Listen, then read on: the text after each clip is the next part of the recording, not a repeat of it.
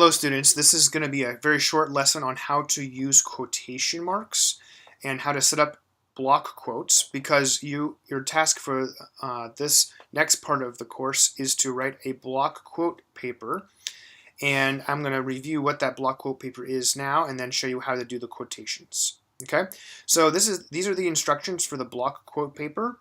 It's a very short paper, 2 pages double spaced. All you're going to do is take one paragraph, or if you want something from a really long paragraph, stop at 150 words, but find some part of this text, Robert Capen's The First Session, that you want to analyze in detail, do a good detailed style analysis for this assignment.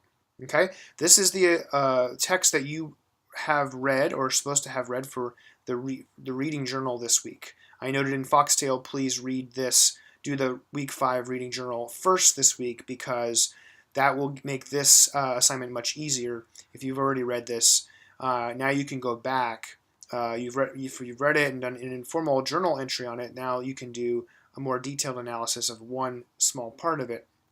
That will be the most efficient way of proceeding. So from that text, select one paragraph, write 2 pages of close interpretation in which you're looking for figures of speech or interesting word choice using the diction and figures of speech analysis tools that I gave you a lesson on earlier this week. Okay, and here are the instructions for that, and you're going to give me a Google document link so I can comment like we have been doing with other assignments. I did a quick example essay for you using the Thomas Merton piece, so you can see what it looks like, both in its formatting and how I structure my analysis, what I'm doing in my analysis here. Okay, so this is available for you, and we'll come back to that and look at some of the choices I made in here in a second. But what I want to do now is move over to my guidelines for quotations handout that I've prepared for you guys, and just hit a couple important highlights about what to do when you're quoting things for academic, college writing, business writing. These are some basic assumptions about what you're doing with sources when you quote them, and I want you to apply these principles in this assignment and for the rest of this course. And I'll make a note, I just want to note here that this page here, the UNC Writing Center page on quotations, is very good and has this information in an extended form and additional rules for quoting. If you get through this video lesson and you start doing your block quote assignment and you run into a question you're not sure, consult this page because it probably has the answer. It's not too long. It's just the right amount of information, so it's a good page for you. Okay, what do I want to highlight about quoting things? I'm going to wait for my cursor to stop turning there. Good. Okay. As you probably already know from previous writing experiences, your readers want you to introduce your source. They want you to provide the context and identify the source before you start quoting from it. Just jumping into quotations without explaining what we're listening to or reading is going to confuse the reader, right? So always introduce your source before diving into quotations.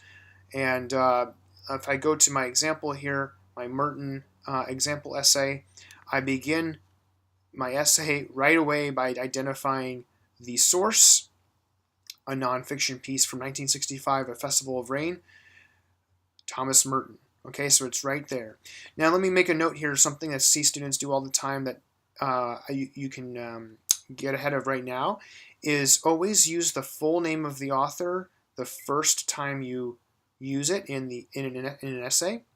But after that, only use the last name. Typically, we only use the last name in academic writing after the first use. Okay, so I used Thomas Merton the first time. After that, I only refer to him as Merton.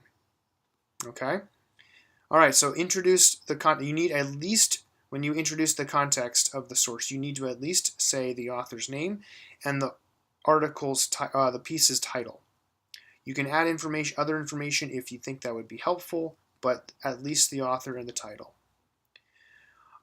My second principle here is to attribute quotes. You might be going into other sources or your own thoughts for large parts of your essays. Whenever you come back to quote from the source, or even paraphrase or summarize from the source, you need to identify the source, and you can do that by referring to the author's last name. All right, so you'll see in my example essay, when I start a new paragraph or when it's been a while, I use Merton to identify the author again. As you obviously probably already know, when we talk about quoting things, we're talking about putting them in quotation marks. You know what quotation marks are, these double inverted commas, what we call quotation marks, and they go around words or phrases that are not your own, so that are your sources. So whenever you're going to block quote in your assignment, you're going to put a large chunk of text, the paragraph that you're quoting from, but you'll need to pull up specific words and phrases over and over again as you do your analysis. So whenever they show up in your own paragraphs of analysis, you need to put quotes around them. Now here's a principle. This is something I want you to pay attention to because students seem to get this, they seem to get confused about this, but it's very simple, and that is how do you use punctuation and commas, and how do you structure things grammatically when you're quoting things. Because you're using quotation marks, or sometimes if you get into citations, I don't know exactly what it is, but something throws students off, throws writers off, and they think they have to do some weird rules when it comes to grammar and punctuation, but you don't. Don't change anything when it comes to grammatical and punctuation rules. Just follow the normal rules, and a good trick to remember is just pretend that the quotation marks are not there. Is the sentence grammatically correct? Is the punctuation correct if you take away those quotation marks? Imagine the quotation marks are not there, okay? So, for instance, if I write this sentence, in which I take different phrases from my source, Merton, I can take away those quotation marks in my head and realize the sentence makes perfect sense, does not need any commas, and so this is correctly done. I didn't need any extra commas here or anything. I don't have to put commas anytime I start a quoted phrase. I only need them if the syntax calls for it. All right, so these are examples of where I don't need any extra punctuation. You need a colon or a comma when you are introducing a quote and the quote is an entire standalone sentence, like I do here. If that's the case, then put a comma, or another popular choice is a colon, which is the 2 dots. Okay, that is a time that you do need punctuation. But whenever in doubt, just remember this rule. Take away the quotation marks, see if it works. Now, there's something about quotations that is a little counterintuitive. We always say never change your quoted material. Always make sure what you're quoting is quoted exactly as the source, the author, wrote it. That's the point of a quotation, that you're exactly copying it, right?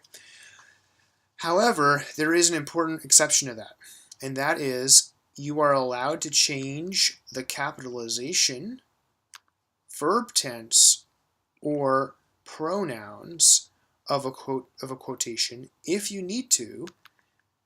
And why might you need to do that? Well, I'll show you an example, but it actually is to help you follow this rule, to put things in, to put your own sentences merged with the source's sentences in a grammatical way, in a consistent grammatical way. So, for instance, here's what we would typically see, right? A very basic introduction, Merton remarks, comma, full sentence quoted. But if sometimes people like to introduce quotes with the word that, and if you use the word that, you don't need a comma. Remember, take away the quotation marks, and you would have a regular sentence. Merton remarks that at the moment it is free, and I am still in it. And so you never put a comma after the word that in a regular sentence, and so you wouldn't do that here. And so by using the word that, we need to get rid of the comma. Okay, so this is correct grammatically. However, look at what happened. the original quotes the entire sentence and leaves the capitalization in. That is correct. But if we don't use the attribution phrase with the comma, then this quote becomes part of the sentence. And we need to therefore change, this shouldn't be a capitalization anymore, because we're not marking this off with a comma as an entire complete clause. So we now is a relative clause after that.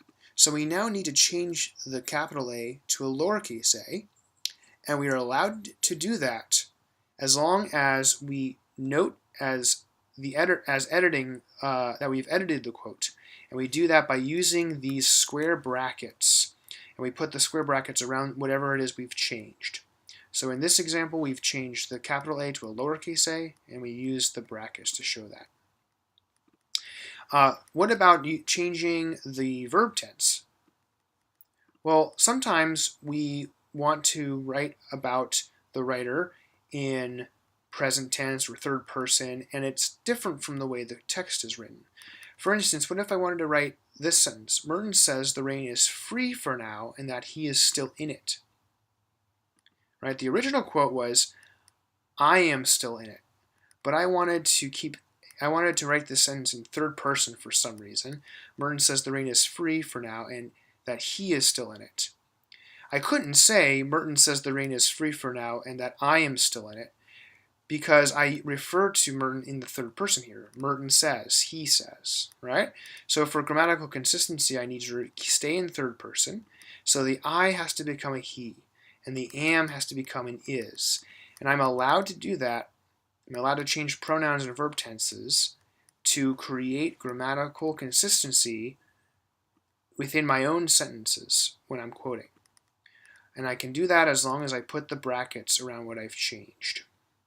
Okay, so if you want to go for my admiration and maybe some bonus points, try in your block quote assignment finding a way to practice this in some way. Create a situation in which you can use a bracket and show me that you can do that. That would be really impressive.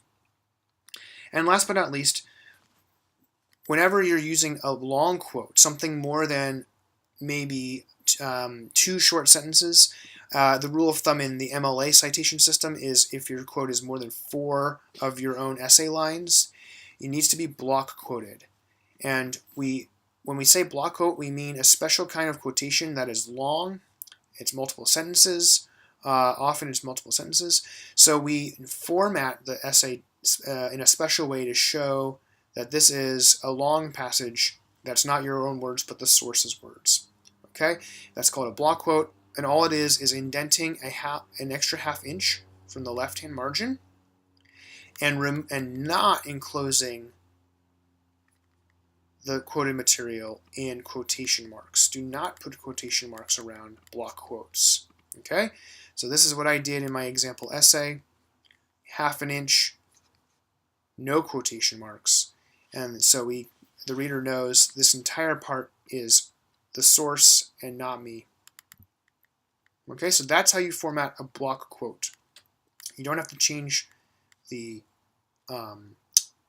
spacing, the double spacing. You don't have to insert extra space between your writing and the quote. Don't do any of that. Just continue the double spacing, indent, no quotation marks. Okay, that's the way it should look. Okay, that is my guidelines for quotations. Like I said, look for additional information on the University of North Carolina Writing Center page. Very handy. And good luck writing your block quote paper. Okay?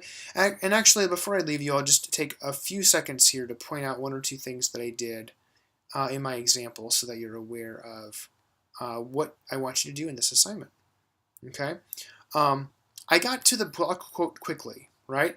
The whole basis of this assignment is that you're taking one chunk of text and you're analyzing it in a lot of detail.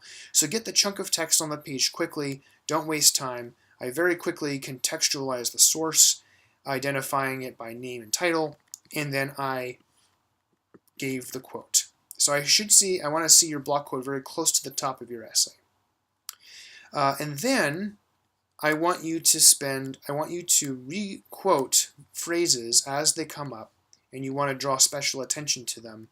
And even so, they are in here, but they're going to show up in very small snippets here in various places when you're doing your figure of speech and diction analysis. I'll also add that I would like you to use specific figure of speech terms whenever possible. I identified a metonymy in this phrase, so I use that word, right?